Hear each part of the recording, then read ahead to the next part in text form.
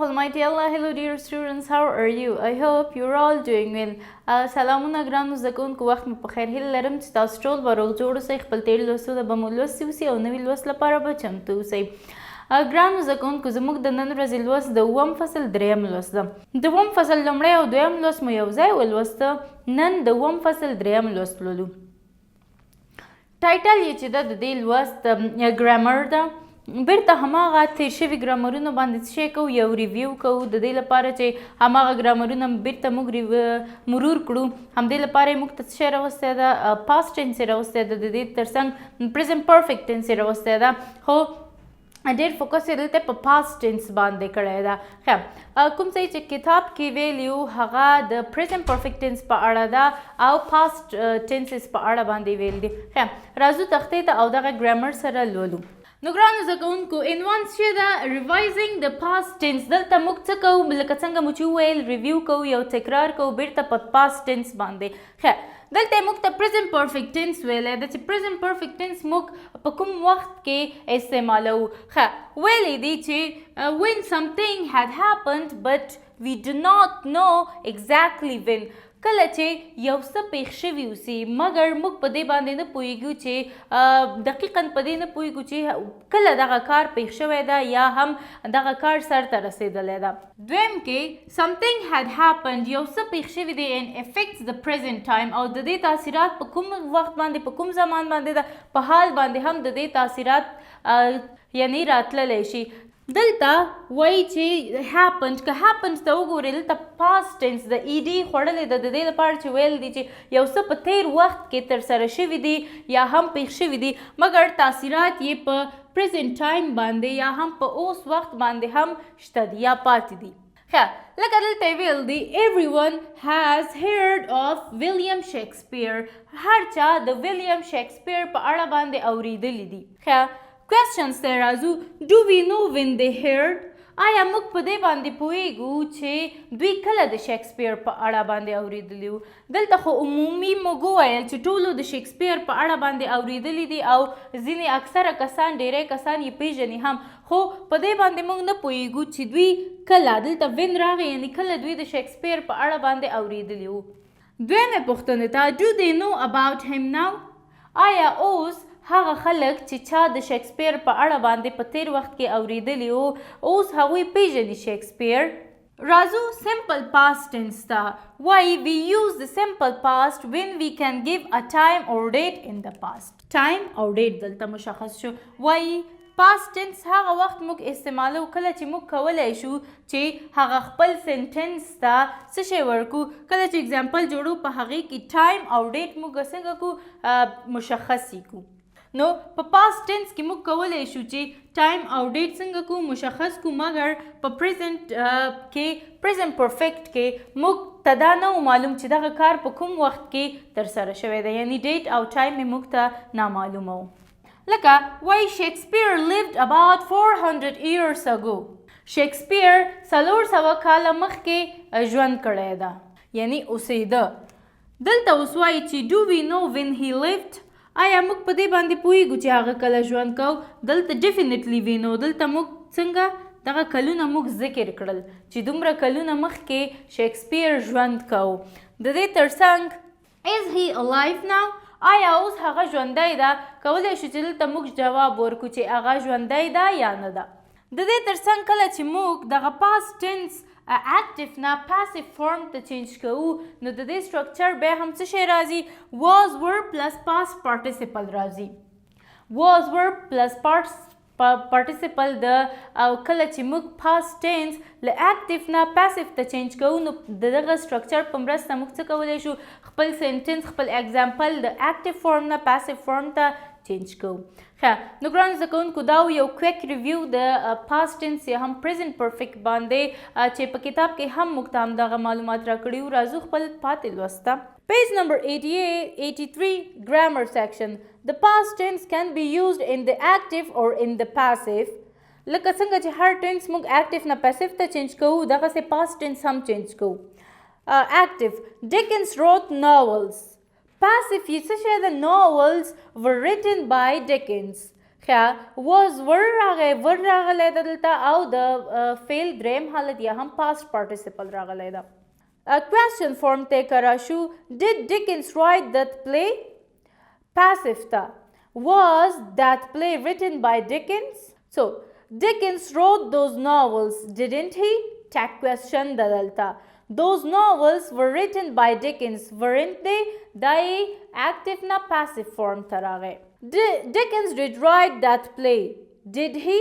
or that play wasn't written by Dickens was it؟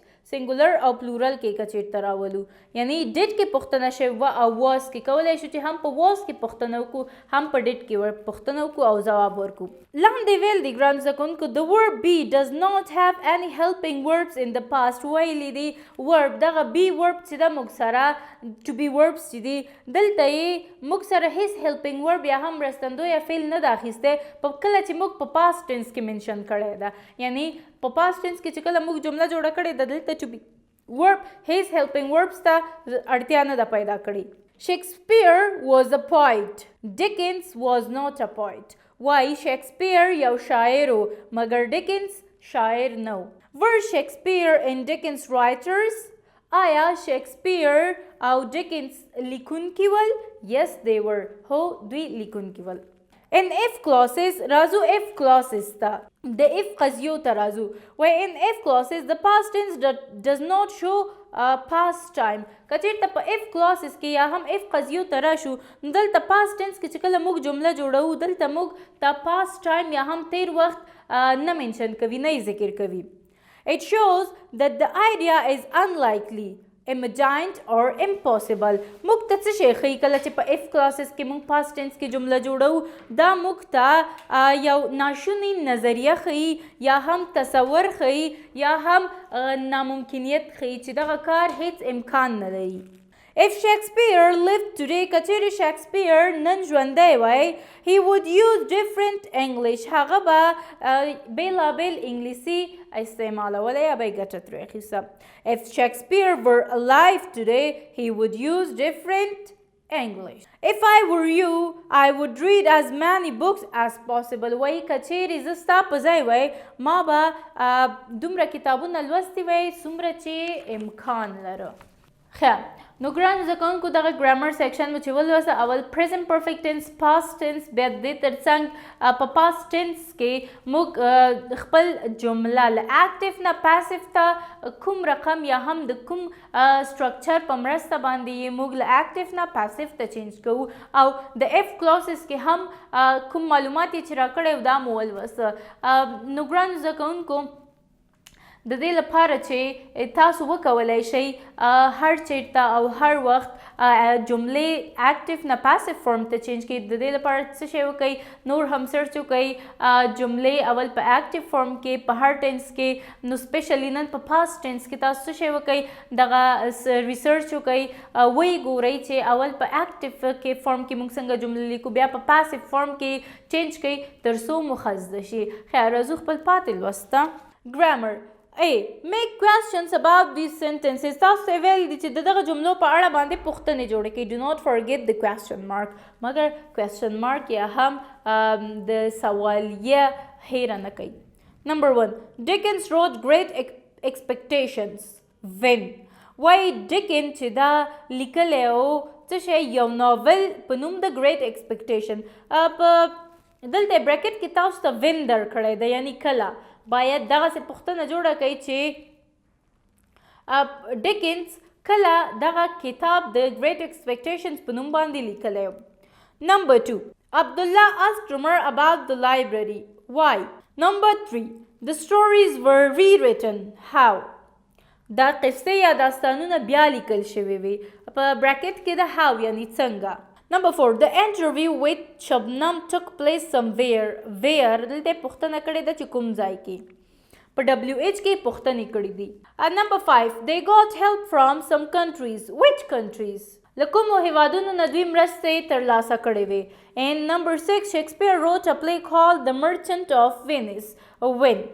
دلته هم یعنی وخت د دې لپاره چې تاسو وخت ورته مشخص کړئ دلته یې راوستی ده چې وین کله شیکسپیر دغه نمایش لیکلی و. Section B. Make these sentences passive. دغه جملې تاسو ته ویل دي چې passive ته یې change کړئ. Number 1. Shakespeare wrote that play. نو دغه جمله چې passive ته change کو څنګه change کوو؟ That play was written by Shakespeare. Number 2. Dickens wrote that novel. That novel was written by Dickens. And number 3. The author made up the story. Number 4. Did Shakespeare write those plays? Number 5. When did someone write The Merchant of Venice? Number 6. Shakespeare wrote these poems. Didn't he? Tag question. Number C. Write the correct form of the verb in the brackets. وای په bracketونو کې تاسو د فعل له صحیح form یا بڼې نه ګټه واخلئ. Number 1. If Earth bracket cannot have an atmosphere, there would not be any life on it. Number 2. If Earth's surface to be راولو. If Earth's surface was not solid, we would not be able to live. To be verbs D. If Earth's axis was vertical, we would not have any seasons. Number 4. Habib would see the new books if he go to the library. Number 5. If I were you to be Biaham, I would read as much as possible. Number 6. Dickens' books would be different if he was alive today.